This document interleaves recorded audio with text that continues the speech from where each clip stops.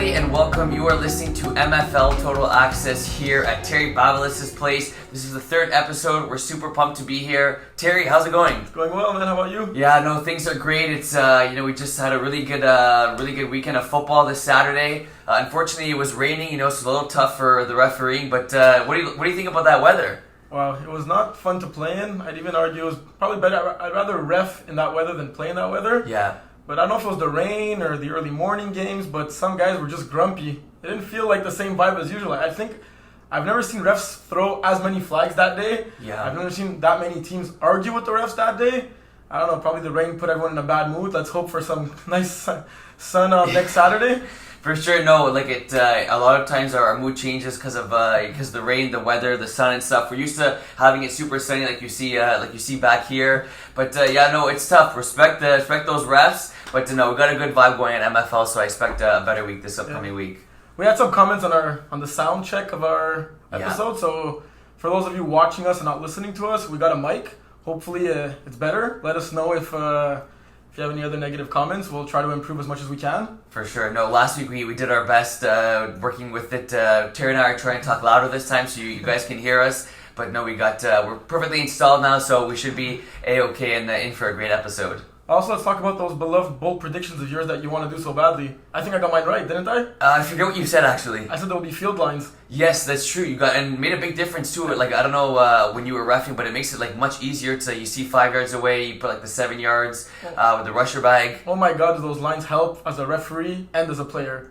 Totally. When you're telling your players to run 5-yard hooks, you know exactly where the 5-yard line is, and as a referee, it's so much easier. Even as a scorekeeper, to get the stats right, makes everyone's lives easier. Totally. It just looks visually pleasing, right? Because you have Kevin setting up the lines on the outside, and seeing that, it just really feels like football. So I'm super excited, and MFL's in full gear. Okay, don't try to skip your bold prediction. Yeah, my bold prediction was that Jaff drops 8 passes. He didn't drop 8 passes because he got kicked out of the game in the first half. What a bold prediction that would have been, eh? Yeah, I know that. Jaff gets kicked out before Chris and Andrew? You know what? I knew something was going to happen with Jaff there, so I'll give myself, bonus points for that. That's half a point there, but hopefully that doesn't happen again. Also, I want to shout out Washington Foreskins quarterback, Gabriel. He gave me some inside information on those 2-point converts. Yeah. Although, in his game, maybe it was because of the rain, they didn't go for 2 points. They didn't get any 2 points. Okay. They got a 1-point convert. Okay. He gave me his play for the 2 points. I didn't get a chance to try it because of the rain, but I'm guessing maybe that's why he also played it safe and went for 1 point instead. They still got the dub. And they put up 43 points, yeah, right? So who am I to judge? 100%. I gave him a Gatorade in exchange. He seemed pretty happy. Yeah, I saw that at the field. I was expecting 1-2, but no, it's all good. Maybe this week at the field, you hit me up. So let's get right into it. Let's start recapping the first game that I refed at 9:30 a.m. It was Ninja Turtles Bitter Boys. It was it wasn't a pretty game. I think those 8 total interceptions, 4 from each side. It's as if Ninja Turtles took advantage of those interceptions. Bitter Boys couldn't really do much. Serge Plon was not there, but they got AJ Gomes sub, so can't really say the team got weaker without. Stud for a stud. Yeah, can't complain. Pretty much. And talking about stud, AJ Gomes had some crazy catch. He came in a little late. It was pouring rain, and he was catching these balls as if there was no rain. It was pretty crazy. Also, shout out to Alex Pilon, who made a crazy catch back at the end zone. He climbed the ladder. The defender was a bit 2 or 3 heads taller than him. He went up, he tipped him to himself, and he got both feet in right in front of my face. That was pretty sick. Also wanted to mention that I know Bitter Boys were losing big in this game. They didn't have their quarterback. I think Mario was their captain. He wasn't there. Mm-hmm. And Bitter Boys are usually a super fun team to ref. Yeah. Fun team to play against. Mm-hmm. Great attitude. But that morning, like I said before, maybe it was the rain. Maybe it was the sun wasn't there. They weren't in the best of attitudes. They were complaining a lot about rules that were black on white rules in the rule book that I was refing that game with Kevin. Yeah. Kevin and I were applying the rules. There's a rule in the rule book that if you lose your balance and there's no one around you, you can use the ball to kind of keep yourself up, right, as long as your knee or any other body part does not touch the ground. Mm-hmm. They were complaining when that happened. I'm letting them know that that's the rule. I'm applying the rule. If they find the rule is a dumb rule, it's not during the game that we're going to change it. We're not going to call it because the rule might not be like that in other leagues, for example. That's the rule in our league. That's the rule we're going to apply. It's rule 9.7 if you guys want to go take a read. Terry knows all this by heart. No, I actually looked it up. I don't know. I know the rules by heart, but I don't know what number rule it is. Yeah, no, I'm not so sure. So that's all I wanted to say, but it looked promising at the beginning. They had a backup quarterback, and it was raining, so it's not put in the best position. He had some good running ability. He was running for a couple of first downs, escaping the pocket, buying some time. but the Ninja Turtles just have too much talent on that squad, so it caught up to them. The final score was 25-8. But luckily for Bitter Boys, they had a doubleheader, and maybe all that anger from the first game came to fruition in that second game, beating Holy Trollers. Yeah. So I don't know if you have anything to add. I know you didn't watch the game. No, just maybe to bounce back what you said about that first game. Ninja Turtles, they're on a tear, right? They lost that first game of the season, and ever since then they've got the ball rolling. Maybe that's 4 straight wins now. So we knew they were going to be a great team, and obviously they're going to be dangerous now that they've on a winning streak. But yeah, Bitter Boys Holy Trollers, like we said, it was 18-13. That was a game that you were a part of. We all picked Holy Trollers, right? So maybe maybe the Bitter Boys saw that, and it was a bit of trying to prove us wrong. I think that Bitter Boys, it was a great win, especially not having their quarterback. I think that whenever you don't have a quarterback, no matter what division you're playing in, it's less connection with the receivers. It's a completely different playbook. Unless you're Murray Crime Family and you don't have Joy Taylor and you bring down Lazaro. Yeah, that's true. It's like we said, another stud for a stud. But no, Bitter Boys were able to get the dub here, and I think that was big. I think it says a lot about Bitter Boys getting that win. I think unfortunately it says more about Holy Trollers. The fact that they're winless. They have way too much talent on that team with the quarterback position, the studs they have all across the board, their defensive players, and they've been playing MFL for a long time, right? Like way before I joined, I think before you joined. So it was a little surprising to see them winless right now. But I'll let you take over since you. I want to give a huge props to Bitter Boys getting that first win in D1, which is not an easy task to do. But sadly, it's getting covered by the fact that the Trollers are winless right now, and they're averaging a measly 11 points per game on offense. They were up 13-6 at half on top of it, and I think they were even up a point with less than a minute to go. Right. Big fourth down decision that they decided to go for it. Ball gets picked off with 2 plays left, and clutch Bitter Boys come up big and get the win. It was last play of the game, type thing? Yeah, I think the QB scrambled and he ran it in for 13 yards. And Holy Trollers are still looking for their first W of the season. Yeah, no, that's really surprising. I wouldn't say I'm necessarily doubtful they'll turn things around. I think maybe, am I a little worried? Yes, because it's, it's somewhat into the season right now. But like I said, Terry, Max is a good QB. They have studs all across the board in that team. I think that, their next game is really a must-win. I know, 4 of the 7 make the playoffs, and that may seem like a lot, but there's a lot of good teams in D1 right now. A lot of teams on the edge that I just have to hit stride and then they'll get going. But I think that for Holy Trollers, you wanna start getting those wins racking up, and I think it's just a matter of time. But they really got to get the ball rolling right now. Completely agree. And when I'm looking at their team stats, one thing that pops out to me, Sean Haney, 2 catches in 3 games. Yeah, that's for 10-11 yards. You'd expect him to have a touchdown a game, right? Yeah. I mean, at the very, just his connection with Max, and obviously we know Sean's an incredible player, putting up stats in D2, right? His connection with Max there, and I think it's just a matter of time before they get going. I'm not sure if they're not connecting. I'm not sure if he may be getting double coverage, that type of stuff. You got to take away a great receiver when you can, but they're not going to be able to win games if Sean's not averaging more than a catch a game. Someone's gonna have a big smile by me saying this, but is it the Kevin Cousset effect?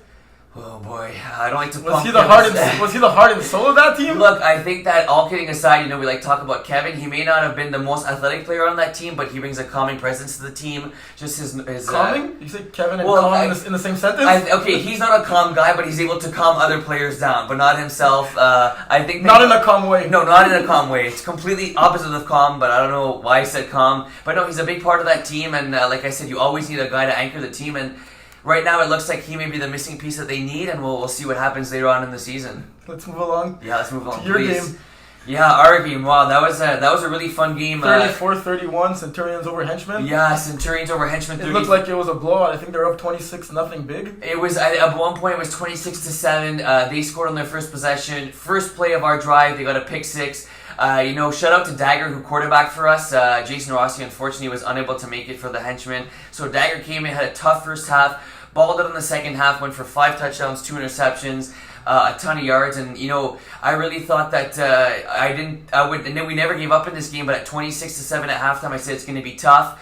We were able to get a few long bombs. Our defense clutched up. It was a little bit too little, too late. We were able to score on our last possession. We had no timeouts remaining, so they were able to run the clock out type of thing. But Gabriel Ashambo, Centurion's quarterback, I think that, we talked about, like, how they were going to play in D1. They seem to be not only fitting in, but, like, balling out Looks in like D1. they've been in there for D1 for the last 5 years. That's what I mean. It's really, like, I don't think we got beat deep once in that game. It was short. It was a lot of, like, the snapper Colette, and, like, we held him in check for, like, under 50 yards, but... when you're getting those 5-yard hooks the whole game, it wears on the defense, and like we kind of know it's coming, but we still can't stop it. And he's got zip on his ball. It was a really fun game to play in. We made it close in the second half. I think it was like a emotional game for both teams. And at that point, the rain had kind of just stopped, so there wasn't really many drops in that game. Like I talked about, emotions run high. Jafar got kicked out of the game. There was a call where Andrew caught the ball. Andrew Grant was going to run into the end zone, got called for flag guarding. Close call. I couldn't really see it from my angle. Like we talked about it with 10 people. 5 said it was. 5 said it wasn't the flag guard. But I think that was the turning point of the game, and the Centurions were able to capitalize and beat us 2 times in a row now. They beat us in OT 2 weeks ago, and now this past weekend. Yeah. And earlier on when we were talking about teams needing to adjust to flag football 6-on-6, Zip Centurions know exactly how to play flag football 6-on-6 on that field I mentioned. I think they have it mastered right now. Yeah. And they're red hot. Like they're probably like that Division 1, the top end teams of Division 1, pretty competitive. And a couple of things that stuck out to me, like Guillaume Dagger, like huge props. You get thrown into the mix. You find out the morning of that you're going to QB a Div 1 team in almost a must-win situation when other Division 1 caliber quarterbacks are on that roster, and for whatever reason they do not want to play. So Dagger's a stud. Now he's even throwing 5 touchdowns and 250 yards in a Division 1 game against that team. Like, I don't know if anyone else could have done better. The other thing that sticks out to me, you guys scored 4 touchdowns in the second half. You put up 24 points. You got no converts. Yeah. You went 0 for 4 on those converts. You guys lost the game by 3 points. Yeah. We talked about it, like it's Div 1. It was that close. Yeah, Div 1, there's going to be points scored, and at the end of the day, it's we say it and like, we repeat ourselves, but it really comes down to converts, whether it's 1-point converts, 2-point converts. The red zone, and I don't know, I think they converted obviously on most of their converts, scoring 34 points, but it's just it's end of game situation, and it's the play you got to run, and unfortunately we weren't able to convert too much there. But just say, I don't know what you said, Terry. Dagger, love Dagger, he's super chill guy, always has a smile on his face, and just always brings a positive vibe. And not only did he step up to play QB in the game, but even defensively when he played, he was rallying the troops and saying, guys, keep our head ups and stuff like that. I have a tremendous amount of respect for him, and he's one of the better receivers on our team, so the fact that he was QBing means we lost a good receiver, and still able to put up 31 points was impressive. And I'm glad he's a henchman. I hope he stays a henchman forever. Definitely a guy you want on your team. I'm glad to have him on OG Panthers. And you're also missing one of your other top receivers in Hugo. Yeah. And Ross, your quarterback, I think he has the highest efficiency on converts in D1 right now. Converts it's one of his strengths, so could have really been going the other way had he been there. For sure. I think, not to take away anything from Centurions, I think that if Rossi played this game, it would have been a little bit different. Not saying we would have won that game, but Rossi has the experience at QB to, like you said, just converts, knowing what plays to call. He has great connection with Hugo, especially in the red zone. So, not having Hugo, our best player, was tough there. But I think we'll bounce back next week. Or I'm wishful thinking. I'm praying we bounce back next week, because at 1-3 right now, losing 2 games in a row, we're on the outside looking in of the playoff spot. But I think we have a talented team, and I'm not too worried just yet. Yeah, let's go to Division 2 right now. I think one of the games you're after were Red Zone KLB. Yeah, that was a really fun game. KLB winning the game, I believe it was by 9 points. It was a back and forth game. I know, like, you look at the score in that game and you think that, it was a 2-possession game. It wasn't that close, but it really wasn't like that. It was close the entire game. Mike Roy did a really good job of with his receivers. Shout out to I'm completely butchering this name, Dom Stopolasek, Jonathan Plouvd. My French isn't great, but no, you guys balled out. So did Mike Roy. Really nice catch in the back of the end zone, tiptoe catch. A lot of really nice plays made in this game, and I think KOLB had the most nice catches I've seen out of bounds. Like, there was like 4 catches on the sideline where the receivers were jumping and like just weren't able to keep their feet in bounds. But it wasn't a sloppy game. It was a really well played game. I think that, if you look at the completion percentage for KLB, it wasn't that great, but their quarterback had a good game. He went deep quite a bit. It was raining, so it was kind of hard to complete those passes. But I think, if we see this later on in the season, it's going to be another great game, a high-scoring game. And I think that what it came down to is Mike Ware was clutch, and he used his time wisely, and they were able to complete it on 3rd and 4th down and move the chains and score when they needed to. Yeah, final score in this game was 27-18 for Red Zone. Looking at the both QB stats, like you said, both these QBs are ballers, and you're looking at their completion percentage. Both of them are below 50%. Yeah. And I think the big difference was that Mike Roy got 4 touchdowns to 1 interception, whereas Jonathan Plourde went 3 touchdowns, 3 interceptions. So maybe Mike's more experimented QB in this division. He was more able to not cause the turnovers, which was probably the difference. Yeah. The low completion percentage, obviously due to the rainy day. Yeah. And I think it was pretty much pouring during their game. It really wasn't indicative of as to how these two QBs are. Yeah. If it's a sunny day and everything, I can see these guys dissecting defenses. They're great QBs. Unfortunately, like you said, it was hard for any team to complete passes in the rain on Saturday. Yeah, I agree. So moving along to the game I refed, Petit Fuck against Lean Mean Machine. Dom LaFleur, welcome back. 175 yards, 6 touchdowns, 1 interception. Not bad for your MFL debut. You can say that again. They had their main 2 guys in Boris and Bress. I think they combined for 5 touchdowns and 3 interceptions. But everyone contributed. Looking at the stats, that's what you see. But I was reffing the game, and everyone's contributing. Pauline and Mariev made 2 interceptions on defense. I'd like to give Charlie an assist for, I think it was Mariev's touchdown. She kind of batted it, and Mariev picked it off. Teamwork. Yeah, you don't get the PD on that, but your teammate gets the INT. So it was really like a really good team effort. Lean Mean Machine's quarterback was not there, so Kevin Bourbonnet, spring 2020 Rookie of the Year and Receiver of the Year, stepped up. His stats are, when you look at his interceptions, he threw for 5 interceptions. Not that great, but he still threw for 250 yards on 14 completions. And he scored 4 touchdowns and got a couple of converts, which were huge in that game. Lambert Paquette being his main target, 3 catches, 78 yards, and 2 touchdowns to go along with an interception. Like, Kevin just seemed like a quarterback. I never seen him throw before, but he was throwing a nice ball in the rain. Yeah. And I know he's their main guy on offense, and I know their quarterback's been struggling. I don't know if like the possibility of making a QB switch, maybe to see that team rolling, because Lean Mean Machine were maybe one of the weaker teams in Division 2. But with Kevin at quarterback, I could see this team playing for 500 the rest of the season. 100%. I mean, look, you gotta. I think you hit it like on the head there, Terry. Thinking about they're taking away their best receiver, right? So I was gonna point out he throws 5 interceptions, but still scores 29 points. Like that's kind of where I think scoring 29 points, almost 30 is what like you want really in a D2 game. But just to reiterate what you said, I was playing at the time, and every time I looked over, he was throwing like a perfect tight spot. Even nice like ball. It was the nicest incompletions I've ever seen. Like it's kind of weird to say, but it was a perfect spiral. He was going deep a lot, and I think that like a lot of the incompletions were due to the fact that he went deep. But I guess he played the numbers. He said he went deep. You say you complete 1 of every 3 of them, you're still getting a 20 to 30 yard gain. It's just math, and that's how it works. I think that shout out to them keeping it within a respectable score of 10 points against Petit Fuck, who are, you could make the case they're the best team in Division 2. Right now, yeah. Definitely one of the best teams. And I think that, definitely QB controversy here. Obviously, you definitely want Kevin as a receiver on that team just because of how good he is and how good his hands are and the big target he is. But if he continues to play against the quarterback position and is able to limit those interceptions, I can see him being the starting quarterback. I don't know who's the captain of that team or the politics within the team, but like it's definitely something I would be thinking about. It's the first game where we see Lean Mean Machine actually having a chance to win a game, and it's the first time we actually see their offense being scary. Yeah, like you said, really. His ball was like nice, and it's crazy. 2 studs receivers taking starting quarterback positions this week, and both of them balling out. Pretty nice to see. It's great to see that. When you're an athlete and a stud, I guess you can play any position, including quarterback. That's it. 100. Even ref, you really do everything. All right, so how about your game? Honor game, Long Chiefs. First game with the new stipulation that you and Marvin cannot play in the same game. Yeah, so exactly. John put the rule in where Marvin and I can't be both dressed together. I think you were supposed to play that game up until the game started, and somehow Marvin convinced you that he'll pay you a McDonald's or 2. Yeah, exactly. Look, and like for all those out there, if you want to be on the show or like you want to I love McDonald's. McDonald's is one of the best fast food places. Give me a gift card. I can talk about you on the show even if you play a terrible game. But right before the game, Marvin and I decided he was going to play. Just because he hadn't played that day, and I had 2 games afterwards with my other squads. You did pretty well in those 2 games, eh? Yeah, we'll talk about that after. Thank you, I appreciate that. I had a great weekend of football personally, but we won the game 28-13. Wasn't a super crisp game. Dave threw a couple interceptions in the game.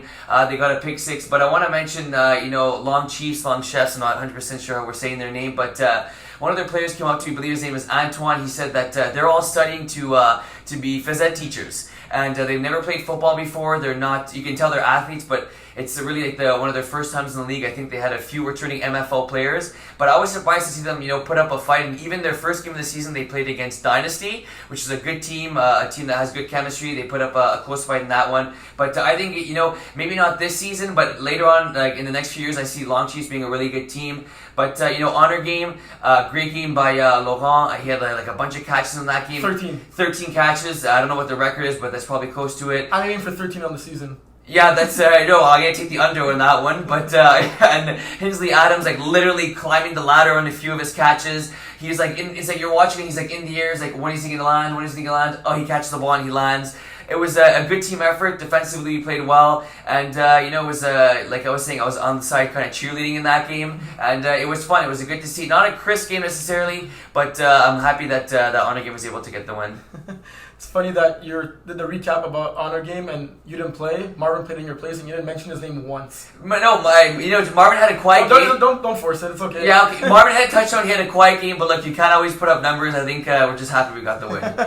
I think Long Chef were also missing their quarterback. I'm not sure if he's their quarterback, but he was not the quarterback in the first week and he was playing. So that may be like a 15-point game without your starting quarterback. It could have went maybe the other way. Totally. One thing I liked about them, they were there super early, warming up all together. Vibe was great. Yeah, the vibe was great. I turned it on once because I hear a bunch of guys celebrating. I thought it was Jason Armante's team, but no, it was Long Chef's team. Like I think it was on one of the interceptions or on a sack. They got a pick six. Yeah, it was really nice to see. So keep up the good attitude and trying to get better every week. For sure. Hope to see those guys later on, honestly. So let's go to Division 3 now. One of the games that I reffed was Deep Threats and Tannant. Mm-hmm. Another game that a lot of flags were thrown. It was the rainy day. I think it was the second time slot of the day. A lot of Russian interference, a lot of false starts. Not waiting for the whistle because the ref wasn't set up. Mm-hmm. They had another replacement quarterback. I think it's 3 weeks now, 3 different quarterbacks for Les Tannants. Yeah. They were in this game till the end. It was a one-score game. It ended 20-13. We got the top 2 receivers going at it in this game. Yeah. You look at Jonathan Svetna and Philippe Farrand. It was their show. They're 1-2 in yards in D3. I want to shout out JC Blais. He had a monster game, going 17 for 23, 123 yards, 3 touchdowns and no interceptions.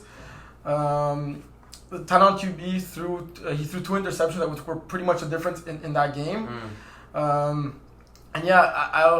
Both Svetna and Farrand were playing safety. I think they were playing mostly 4-1 in that game for both defenses. Okay. And only towards the end of the game, when there was like about less than 5 minutes, that they were going man-on-man to each other. Yeah. And that was really nice to see. You see, after every single route they'd run, they'd give each other a props or a high five, and they both enjoyed that competitive nature. Yeah. After the game, Philippe Farrand came talk to me, and we were talking. Super chill guy, and I'm like, why don't you guys go man-to-man more often? And he's like, oh, like it's a team sport. I want to play with more of the zone, like not just focus on one player. And I understood, but I said like, from an outside perspective, like the show was great. You want to see that matchup for sure. Yeah, so definitely this game maybe not being in the rain and like having their original quarterback, who I don't know who he is, could have went either way. I think Deep Threat slightly played a better game, and JC Blais balled out. Look, I think that you look at the stats like 20-13. I don't think it's too high scoring of a game, but I think like you said, maybe this was just a good defensive performance when you get 2 studs like that on the defensive side of the ball. And JC Blais, he's been having a really good season, improving. Deep Threats are undefeated. They're really right now. There's obviously no team undefeated you want to play if you're not that team. But Deep Threats, I can see them making a ton of noise right now, and I think that as long as JC Blais is playing well for them, they're literally unstoppable. And one thing I forgot to mention, Farrand scored a gorgeous touchdown. I think he caught a 5-yard hook and he juked like 4 or 5 players, taking it to the house. But unfortunately, there was a Russian interference call, so it came back. And the Who threw that flag? I threw that flag, and it was a merited flag. No one really complained on the flag because the center knew it wasn't his first Russian interference play of the game. And I've rarely seen a team get called for Russian interference that many times in a single game. So yeah, that score would have made a difference, right? Blame it on the rain. Blame it on the rain. So let's move on to a game I think you were watching. You had a break and you saw the Black Knights Average Joes. Yeah, fun game. The score seemed one-sided, 23-9 for Black Knights. How did the game go? It was good. It was a 14-7 score at halftime. I came to watch the entire second half of that game. 2 safeties to start off the second half. It was kind of good rivalry there. It was Leon and Jason. Obviously we played in the winter. Jason was able to get a sack on Leon to get a safety, and then after that they returned the favor. It was a little bit of a chippy game. It was a chippy game. Leon is a guy that's going to speak his mind, and so is Jason, and that's like what we like to see. But it was clean though. Like it's not like from what I heard, there was no F-bombs, no swearing, no like any trash talking that merited a flag, which was good, and it was exciting. It was Jared subbed for Average Joe's, and you had Sean Kennedy, him getting at it a little. The intensity of the game was great. Yeah, exactly. Two monsters guys. The intensity of the game was great. And I think that, that's good to have in the MFL too, as long as we keep it clean. But I think, Leon struggled a bit in the first half. His stats weren't great, but he balled on the second half, like down the stretch when the team needed him. Yeah. And I think that like the defense for Black Knights played very well. If you look at that roster, obviously they have ballers on that side of the ball. Both sides, offense and defense. A little bit of a more low-scoring game than I thought it was going to be, but Black Knights get the win, and that's the most important thing for them. And I think that they're going to win games that are ugly, they're going to win games that are pretty, but I think that they're just happy to get the win in this one. And the vibe of this game and the intensity was I almost wanted to jump in and start playing in that game. Was it still raining during that game? I think it was drizzling in that game, so there was a few balls that slipped and stuff like that. But because the surprising stat line to me was just CJC. I think he had 2 catches, 30 yards and a touchdown. Yeah, true. It's pretty quiet game. Yeah, no, not usually you see, especially in a Div 3 game for him. But JC's a typical team player. I think like he's just happy to get that the win for his team. Usually those are his stats after one drive. I would say after like the first 100%, and I think that's in D1. No, I think that it was a team effort, and I think that when you're able to see the Black Knights able to win without a star player putting up that many yards, it shows like how deep this team is. Yeah, and we mentioned how rushers don't get much love in football or flag football, but my guy Jamal balled out, 3 sacks, 1 safety. I got you, bro. I'm talking about it. Keep it up. I think he's racking up some sacks. That's like 5 sacks in his last 2 games. Damn. Keep it up, man. For sure. Look, and like Terry's gonna be the guy that mentioned the rusher position, but obviously, like it's a lot of these like times are not on the stat sheet. When you see an interception being thrown, it's the quarterback's under pressure from the rusher. He just chucks it up and he gets picked. Yeah. So the fact that you're getting 3 sacks and who knows what else he did in the game that's not on the stat sheet. Exactly. Now you're gonna keep talking because I'm gonna ask you to talk to me about that Iron Wolves 9 CDs game. Wow, that was one of the most exciting flag games I played in a while.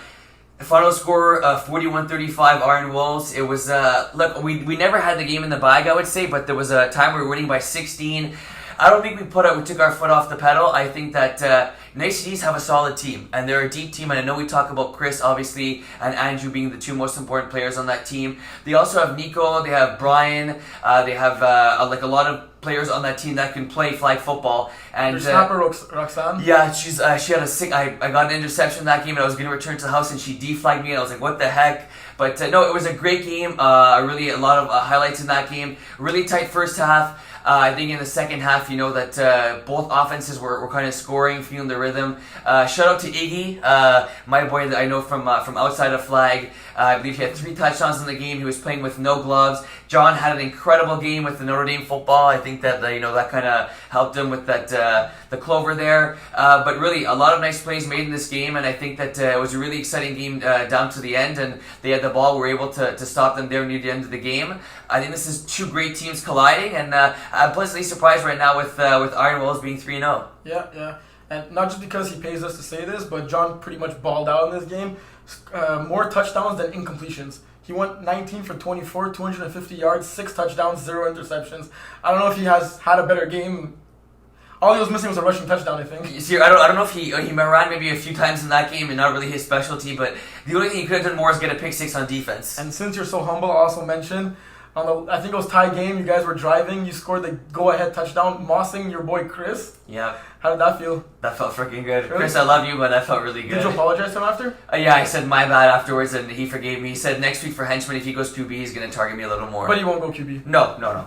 And not only that, after that, they were in the 2-minute drill. Chris was doing everything he can, driving the field, running every second play, and you intercepted him on the almost second to last play of the game to close it out. Yeah, it was crazy because I kind of read it, I jumped it. I'm not going to say what defense we were playing there, but I read the play and I was able to make a nice play on it.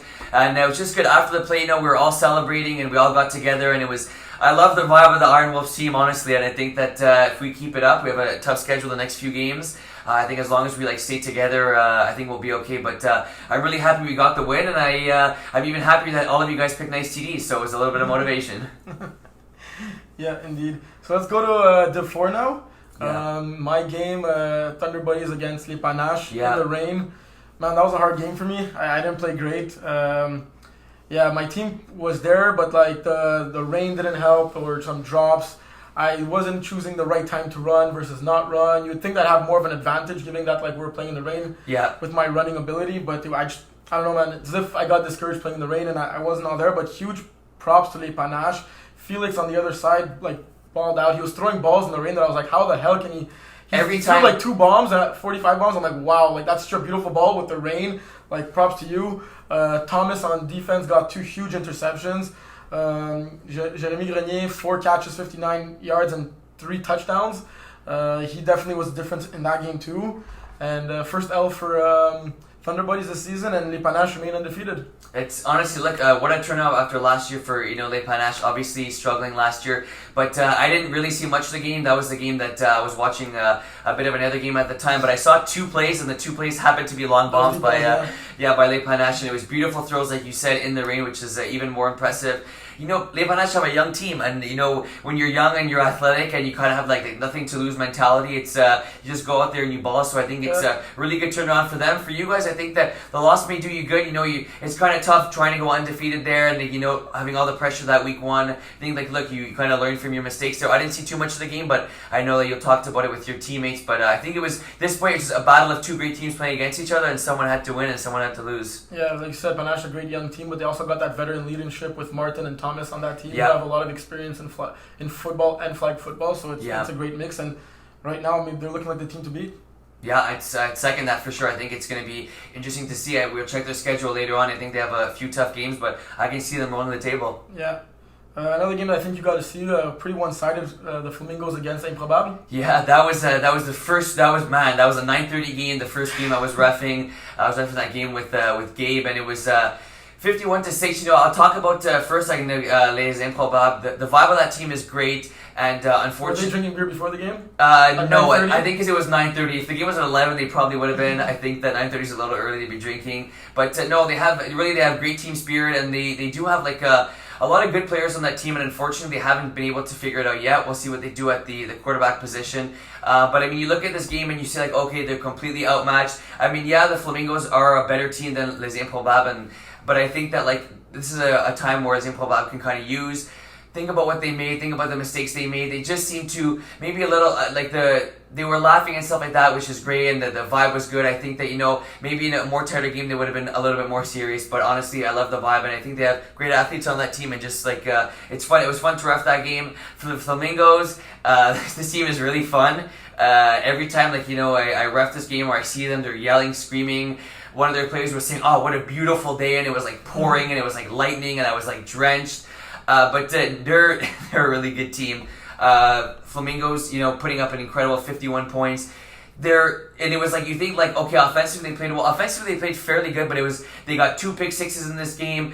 They got a bunch of picks. That defense coming up big. Do they not have a game without any pick sixes? I forget about picks, like pick six. No. I think pick six is just going to be like a regular from now on. We just expect the pick six from that team. But I do not see a weakness on this team, and I think that the Flamingos right now are feeling good, and we'll see what happens. But right now I'd say they're the team to beat in the division. We've been saying that about like a couple of teams now, eh? Yeah, I haven't. There's still a bunch of undefeated D4 teams. That's true. No, that's true. Is that like we didn't even mention the Titans yet, which is the next game we're gonna recap. True, and look, this D4 has been more competitive than it used to. Right, we've been saying about that for like the last few games now. But I think at the quarterback position, you could tell the Flamingos have been playing together for a while, or at least have known each other for a while, because the connection's there. It seems whenever there's a broken play, there's a receiver scrambling towards the quarterback, helping him make an easy play. And I think that the Flamingos are on cloud 9 right now, and rightfully so. Yeah, next game I refed was Titans against Les Beautés, 43-12 score. I think Les Beautés are really missing Thomas right now. Yeah. But man, first time I see Ben McMahon playing in action, like I've heard of him, I saw his stats and everything. This guy's a stud. I think he's by far the best quarterback in Division 4, and it isn't even close. Yeah. Going 20 for 29, 230 yards, 7 touchdowns, 0 interceptions that game. His scramble ability is like second to none. He could play in D1 in MFL, like without a doubt. I agree, and that's the thing is like he can run when he needs to, and he can pass when he needs to, and it's not that he relies on. If you have a good rusher and he takes away his ability to run, he still has the arm to go out and sling the ball. He wasn't looking to run often, and he was really trying to. He has his 2 main guys Austin and his snapper, Steven Biddle, and he was really looking to distribute the ball as much as he can. And also the guy's a great teammate and he has great attitude. Like I was listening to him speak to his teammates. He wasn't playing. He doesn't play defense. Like at one point he sees the ball a little bit and he's like, no, that's my bad. That's my bad. Even though the receiver could have continued running, and he's like, I'll go get the ball. He runs to go get the ball for his receiver. Knows he was right next to the ball. Like he seems like a great guy to be around and everything. So like that team was like a lot of fun to play with, and they're winning games. They're winning big. That's another team to beat. I'm just happy I'm not in D4 because I wouldn't want to play those guys. Yeah. So let's go to D5 now. I don't know if you got to see any D5 games. I refed one at the end of the day. Yeah, well, I'll talk about that one and then I'll add a little input. It was Moser Crew against Phoenix, the revenge game. Yeah. I think Phoenix scored 37 points the first time they played, and now they scored a big donut. Yeah. Props on Moser Crew getting your first win, winning 13-0 against Phoenix. I think Kevin before the game was talking to me about how he never got sacked yet, and his goal is to have a 0-sack season, and he'd rather throw an interception than getting sacked. I think it took 2 drives for him to get sacked. So I think it was Angie who got the sack. Props on her. She was like a little bit hurt on the during the game too. She was like not playing as much. Okay. And I asked her if she was okay on the sideline. She's like, yeah, I'm just like at 70%. I have a quad injury. So like on top of Kevin getting sacked by Angie, who was at 7. She was at 70%. Right. So imagine how much would have chewed him up if like in the rain, right? Yeah, Don't forget it was rain. It stopped raining. The ground was wet, we'll say. Yeah, the ground was wet. Also, like shout out to Kathleen who had 11 tackles in that game. Like holy cow. When someone was getting tackled, I didn't even have to ask who it was. If I missed it, I knew it was Kathleen. Yeah. Like every play, it seemed that she was around the ball and getting the tackles. Kevin threw 4 beautiful interceptions. I like how you set that up. At one point, also gotta give Kevin his props. He caught a nice interception in his own end zone. Yeah. He was looking to run it out. Then he saw an opening. He started sprinting. I never seen him run that fast, and just to get tackled at the 7-yard line. Well, that's 2 yards net, right? Yes, but the story of this play was that Nick, his son, was on the sideline with me. He started laughing. I'm like, "What's up?" He's like, "Can you hear my father? He's out of breath." I think Kevin needed to call a timeout before he gets his first offensive play. After that, so all that for a 2-yard net gain. Look, a game of inches, man. You never know what those 2 yards can do. Yeah, did you get any glimpse of that game? Zero whatsoever. I got Kevin talking to me afterwards, saying he had a poor game. He's not a guy who's going to blame on other players. He said he had a few bad reads in that game. I think it shows, look, the Phoenix won that game in the earlier in the season against Mimosa Crew fairly easily, and it shows how tough it is to beat a team twice. Yeah. And I'm not sure if these guys play against each other again in the season, but I look forward to a rematch if there'll be one next or in the playoffs, and I think that it'll be a good game. I think tough for Phoenix because they were kind of rolling, and to put up 0 points is very rare, even in a D5 game, because we know they have good ballers. They have obviously Vince blowing down that team. Didn't really have too much of an impact in that game, but I guess it's a learning experience for them. But a little bit surprising that Phoenix wasn't able to score. Yeah, I know we were talking about maybe Phoenix would be too strong for Division 5, so I thought at the beginning of the game maybe Kevin was doing it on purpose to show that he's a Division 5 team, but no, Kevin was he was angry. He was angry. Yeah. I think when he was throwing an interception, he was at least like cursing loudly. I don't know if he thought that the play would maybe get reversed if he'd say the F word loud enough, but it's not the case. No, it's I don't know if you remember, but in the old Madden on Xbox, you were able to rewind and redo the play over. But we're not virtual here, MFL. Yeah. All right. Anything else you wanted to say of the week that just? I think that shout out to all the guys that we don't talk about forfeits often, but there was no forfeits in a game where it was pouring rain. I think that for the new teams, John obviously sent the email saying that we played in the pouring rain, but that doesn't mean that guys necessarily were going to show up or girls were going to show up to play. They did. It was raining. It was completely miserable. We got home. Our clothes were obviously soaked, but shout out to everyone for coming, for playing. A lot of guys had towels on the sideline, and football's in any weather, and I think that it shows how important this league is to a lot of people. The fact that they came in the rain, and I think that this weekend. Well, it's early on right now, but hopefully we won't have bad weather for this upcoming Saturday. Yep, so moving along, a special segment this week. Yeah. Let's talk about MFL Brossard. Brossard? Yeah, so... for those who don't know, the MFL also plays on Sundays. Yes, and in Brossard, it is MFL, and there are very few same players, but yes, it is a flag football league, and I only figured about it right last year, and I've been in the league for just over a year now, so yeah. And 2-time player of the week there. Yes, thank you. I'm glad you gave me a shout out there. It really was a good weekend of football for you. Yeah, thank you. It was good. So there's 7 teams in this league division, and the top 4 will be making the playoffs. we'll go for a quick rundown of the standings. Yeah. So right now we got McTouchdown, our team. Yep. Will loves McDonald's so much, he begged for our team name to be called McTouchdown. If you look at our logo, it's I'm catching it. We're undefeated, 4-0. We just beat an Outlaws team that didn't have their quarterback, but still a good fight. It was a close game in the first half, kind of ran away with it in that second half. Yeah, no, it was. It was. I'd say it was a good game. Dave Gustowski really had a great game, quarterback for McTouchdown. Didn't used to how to pronounce his name. Yeah, I think I got it. I think I got it pretty right there. I've been practicing, but no, mostly known as a receiver. But he was slinging it. He was like putting the ball through tight windows, throwing perfect spirals, and shout out to Outlaws who didn't have Steve quarterback in that game. Defensively, they played fairly well. That game would have been different with Steve at quarterback, but it was good. We were able to get the dub, and we're undefeated.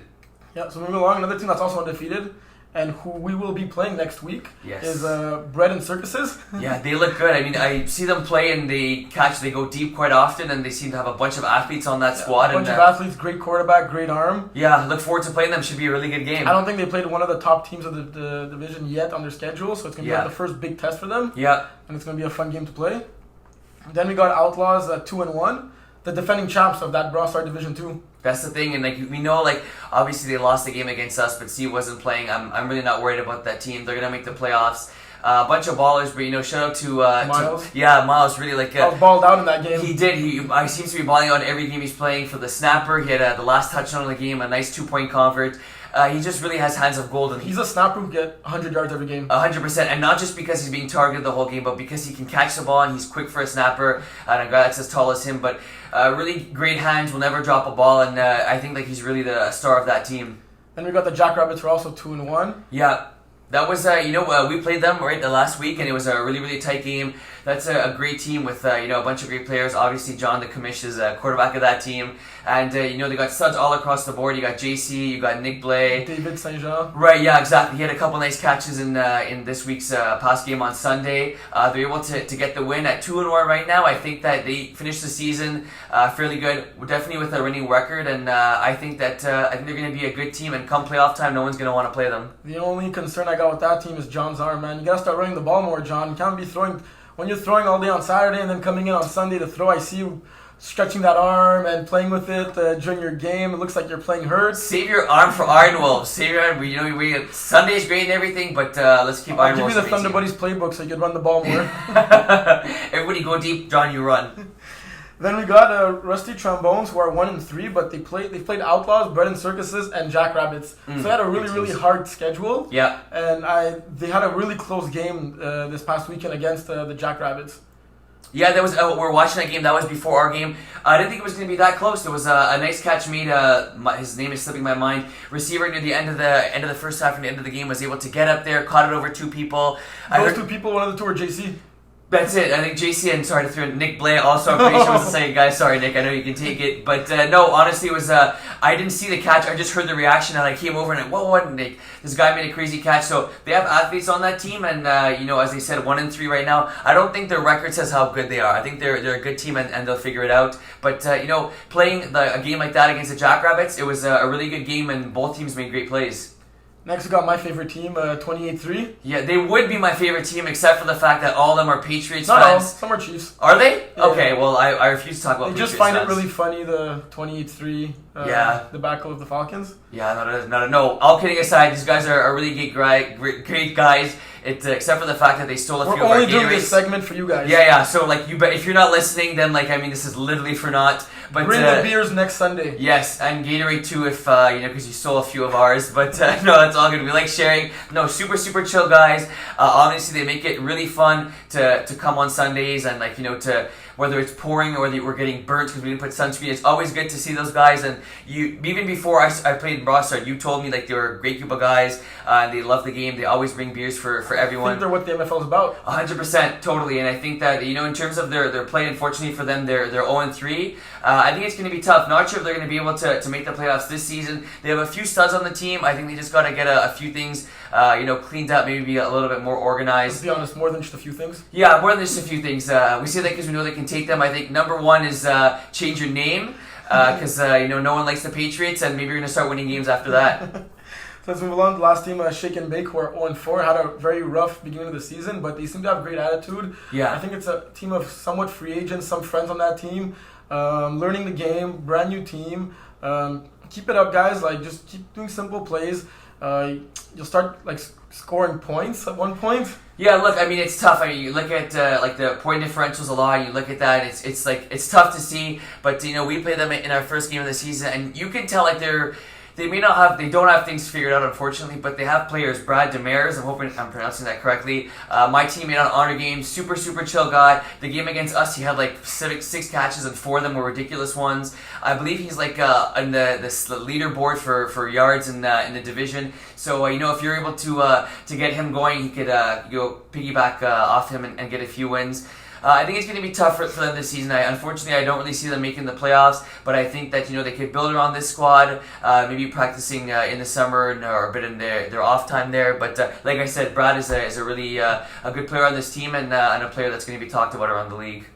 So that's all we got to say about the That's Brossard. it. This could be the last time we talk about Brossard, so hope you enjoyed it. It'll be a surprise appearance. Every week, tune in. We might talk about you, we might not. Hope you enjoyed it. Let's go back to Saturdays now. Yes, Let's alright. preview the games to come. All right. Big game in Division 1. Bitter Boys fresh off their first win going against Henchmen who are on a 2-game losing streak. Yeah. What's going to happen there?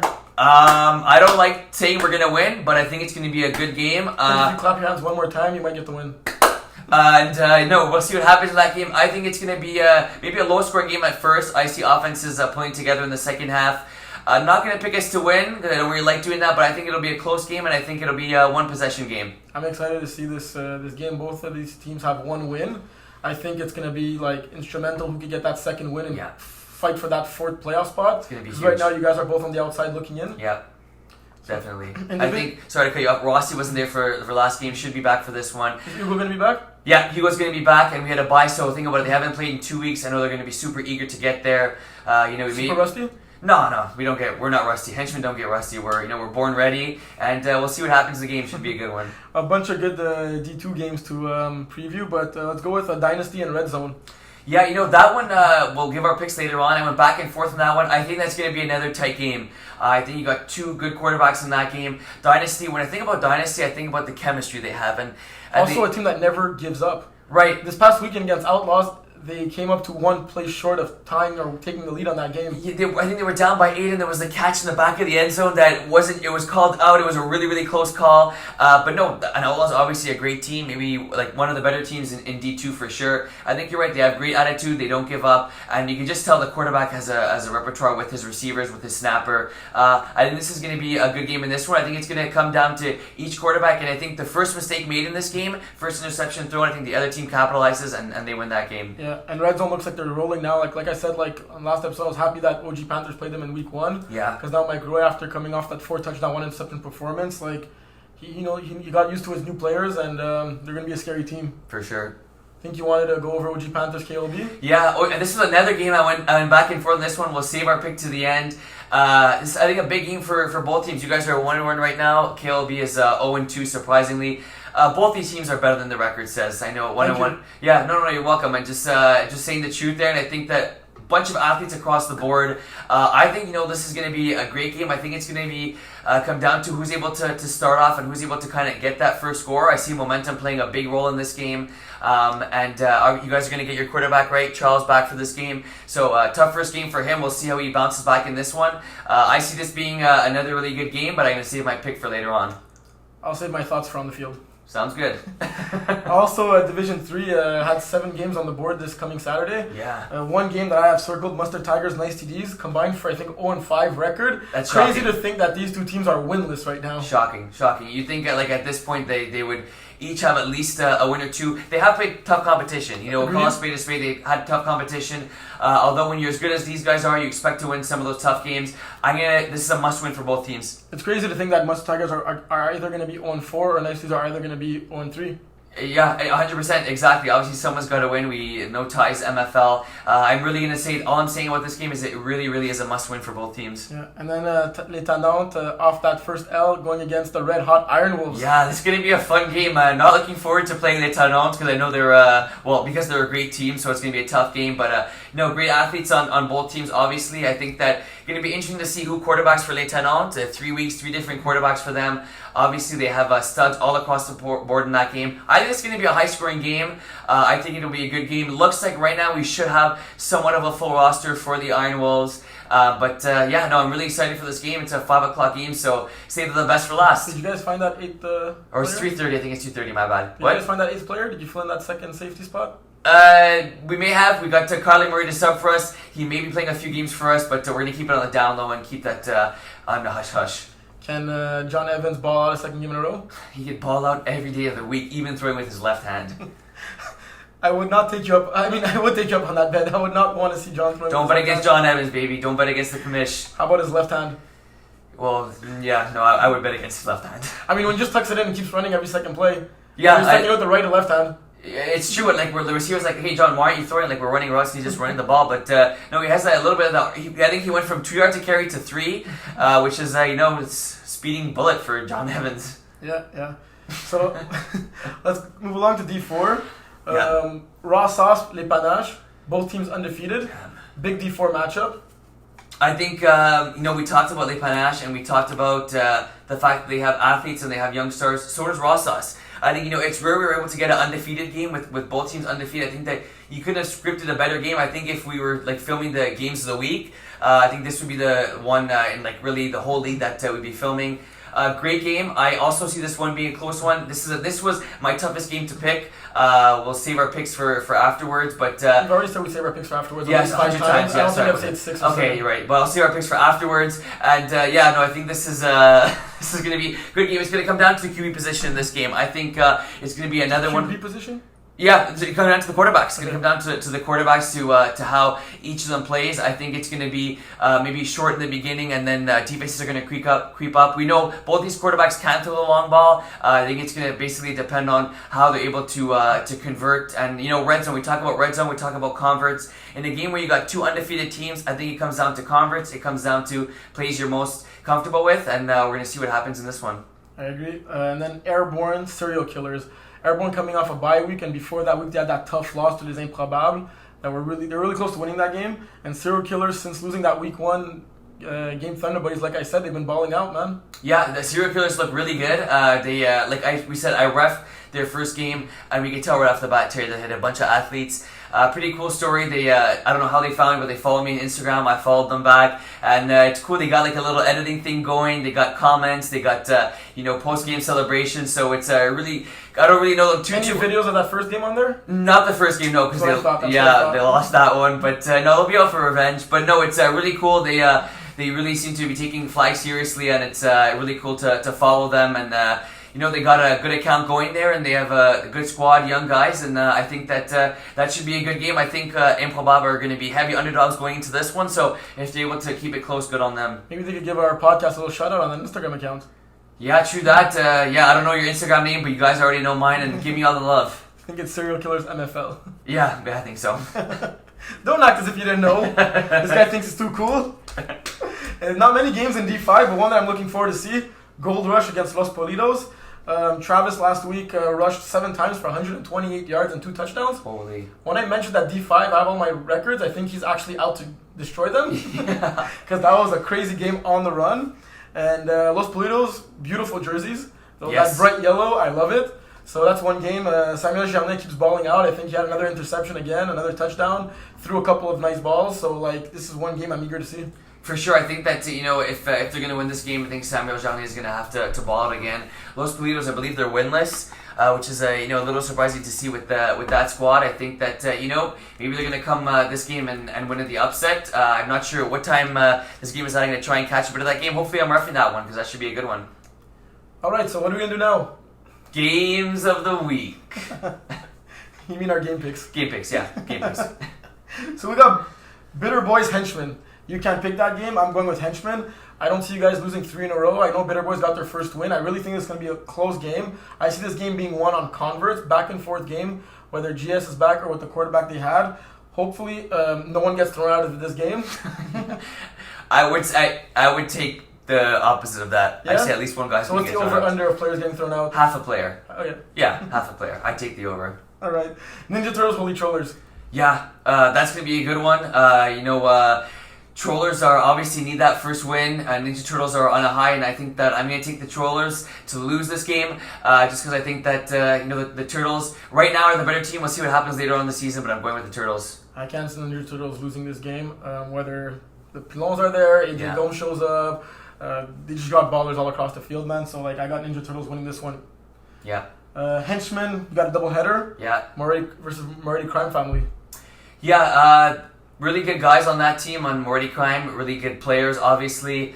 They had a massive win this past weekend. I think we're going to be going to this game as underdogs, and I kind of like that. I'm not going to pick this game because I don't, but I look forward to the underdog role, and hopefully we're able to keep up. I can see you guys losing this game by 30.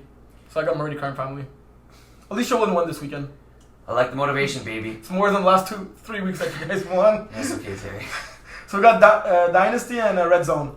Yeah, this is one that we really went back and forth, right? Dynasty, Red Zone. Originally, I had Red Zone. I'm going to go with Dynasty in this one. I just think that, after the tough loss this weekend to Outlaws, I think they're going to be out for revenge. And I think that Dynasty are going to... I wouldn't be surprised no matter who wins this game, but I'm going to pick Dynasty in this one. I see this being an extremely close game. Yeah. And I think Mike Roy takes this game into his hands and wins it at probably the last play of the game or on that last game-winning drive. Wouldn't be surprised.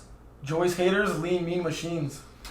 Yeah, I'm gonna go with the Haters in this one. Haters obviously have a really good squad. We'll see what happens with Lean Mean Machine, who ends up going quarterback. I think this game, maybe a little closer than people think. I think at the end of the game, Joey's Haters may kind of pull away with this one. Obviously, we've seen Max in D1. We're talking about now hasn't been really balling out. So I think he's gonna kind of use that motivation to really put on a great game. And I think that Haters are gonna put up a bunch of points in this one. If Kevin's throwing for this game for Lean Mean Machines, I could see it being a very, very close game. If not, I see Haters running away with it.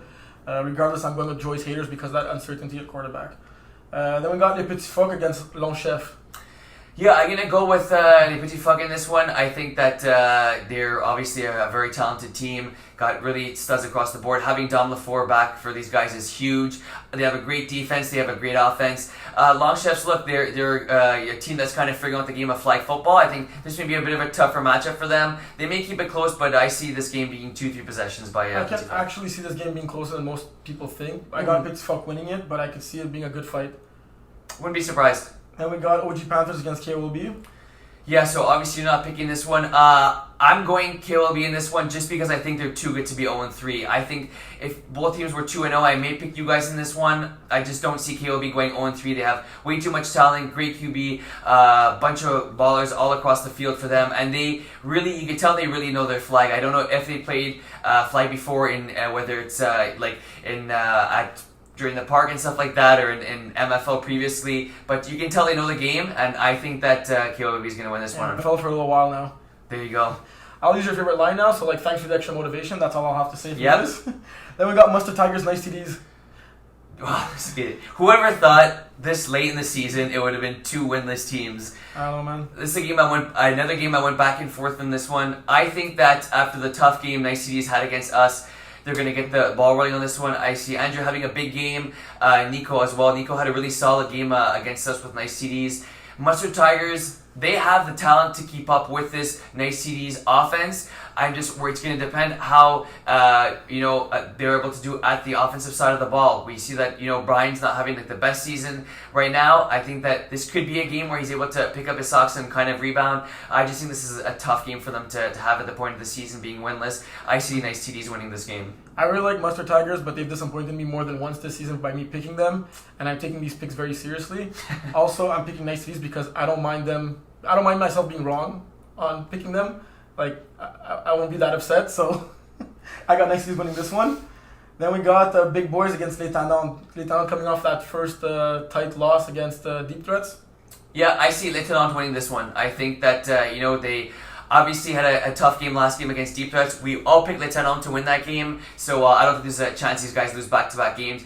Big Boys, I haven't seen too much of their games. I know we talked about a few of their players. I'm going to try and catch a little more of their games. I think that Les Tannants are going to be too much for them to handle, though. I know François Rochette on Big Boys is a real stud, but I don't think he has enough talent around him to beat this Les Tannants team, no matter who's quarterbacking for them. Black Knights Old School. This is going to be a fun game. I think Charles got hurt. He's out for a couple of weeks, so I think Dyke's the only other quarterback on that team. So we'll see who quarterbacks for them. I got Black Knights winning this one. I do as well. I got Black Knights. Yeah, unfortunately, I was ref in the game where the injury happened, but he seemed to be getting up. He got helped off to the sideline there. Always bad to see an injury, but he was keeping his spirits up. I think Black Knights, after winning last game, are able to control the tempo of this game, move the ball down the field, score a few points. So I'm going with Black Knights. Okay, big boys, Mustard Tigers. I got Mustard Tigers. Come on, guys. Please win. Get your first win. Make me proud. Making me get my pick right. Come on. I got the Tigers. There's no way they're going to be 0-5 after this weekend. Average Joe's deep threats. Give me deep threats. Give me deep threats to continue to be undefeated. It's going to see what's going to happen. What's going to happen on Svetno? Who's going to be guarding him? I think that's a mismatch, all across the board there. Not sure how close this game is going to be. We got to see how Jason plays in this game. He's been playing pleasantly, surprisingly, well, better than we expected in D3. But I think that deep threats are going to be a little too overpowered for them, and give me the threats to win. My bad, Jason. I'm also going with deep threats here. But if you want to prove me wrong, go ahead. Bring all that smoke. Take Jonathan Smetna man to man, shut him down, and we'll talk about you for 10 minutes next show. We'll talk about him for more than 10 minutes. The whole show. Yes, I would say for 10 straight weeks. Bring that smoke. Then we got Les Tanants against Arnoux. I was really going back and forth on this one. Les Tanants going to be their second game of a back-to-back doubleheader. And John and yourself balled out last game. I just don't know if John could play that well 2 weeks in a row. He had a huge week 1 game against Mustard Tigers. Then he kind of stunk the bag against the old school. Now he balled out. His arm's hurting him. I think I'm going with Les Tanants, but I think I went really back and forth. It was almost a coin flip for me. But John, you're paying this guy and he's throwing you into the bus? Damn, baby, that's motivation. Just speaking the truth. Yeah, no, all good. I know what you're saying. I think that this will be a close game for sure. It's going to depend how John plays, and my bet is John will play well. No matter what I say, we know he's winning quarterback of the year, right? So yeah, even if he throws 6 pick sixes in this game. Washington Foreskins, Chiefs. I think this game is going to be a bit of a blowout. I'm going with the Foreskins in this one. They just have, the incredible QB we talked about. They go deep a ton. I don't see Chiefs being able to play man-to-man, play zone. I see the Foreskins being able to put up 40-plus points in this one. Although I've seen the Chiefs get better every week, this is going to be a really, really tough matchup. I see the Foreskins putting up 50 points in this game. So I'm going with Foreskins. Improbable, Thunder Buddies. So you can't pick this game. You guys lost last game. You guys rebound in this one. You guys get the win. Maybe you're able to use your legs. But I think that you have, really good receivers on the team, and you're building a connection with them, which is great. Defensively, you guys are fairly good. It was kind of surprising to see you guys give up so many points last game. I think you guys rebound and win this game, so give me Thunder Buddies. Your game of the week, Raw Sauce, Les Panaches. That's, we have different picks in that one. Did I pick Raw Sauce? I did it. Yeah, you picked Raw Sauce. Okay, yeah, so I picked Raw Sauce in this one. I really went back and forth. I'm not sure what the deciding factor was in this game. It's kind of a little bit of a gut feeling in this one. I think, Raw Sauce is able to come away with the win. I think this is going to be a low-scoring game, defensive. We talked about a few of the games in this division being defenses stepping up. I see that being the case for Raw Sauce, and I think that they remain undefeated. I haven't really seen Raw Sauce play too much, but I cannot pick against a team that just beat my team, so I see Panache winning this game. Fair enough. The game we previewed, Airborne Serial Killers.